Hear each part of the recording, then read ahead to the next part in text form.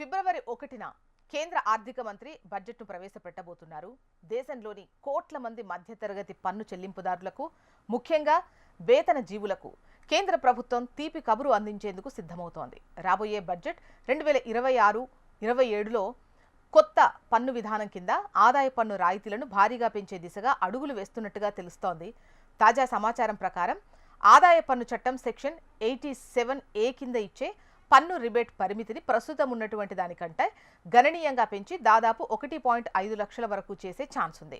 ప్రభుత్వం section 87A రిబేట్ను 1.5 లక్షలకు పెంచే ప్రతిపాదనకు ఆమోదం తెలిపితే భారత పన్ను చరిత్రలో అది ఒక విప్లవాత్మక మార్పు అని చెప్పొచ్చు.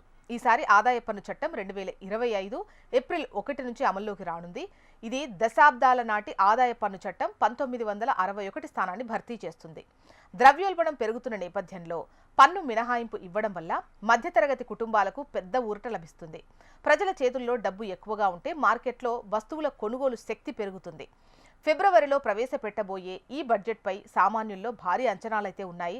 లాస్ట్ ఇయర్ 2025 కేంద్ర బడ్జెట్లో కొత్త పన్ను విధానంలో సంవత్సరానికి 12 లక్షల వరకు ఆదాయం పన్ను రహితంగా ఉంటుందని ప్రకటించడం ద్వారా ప్రభుత్వం మధ్యతరగతికి భారీ ఉపశమనాన్నైతే ఇచ్చింది. దాంతోపాటు పన్ను స్లాబ్లను సవరించడం ద్వారా ఈ స్టాండర్డ్ డైరెక్షన్ పరిమితిని 4 లక్షలకు పెంచారు.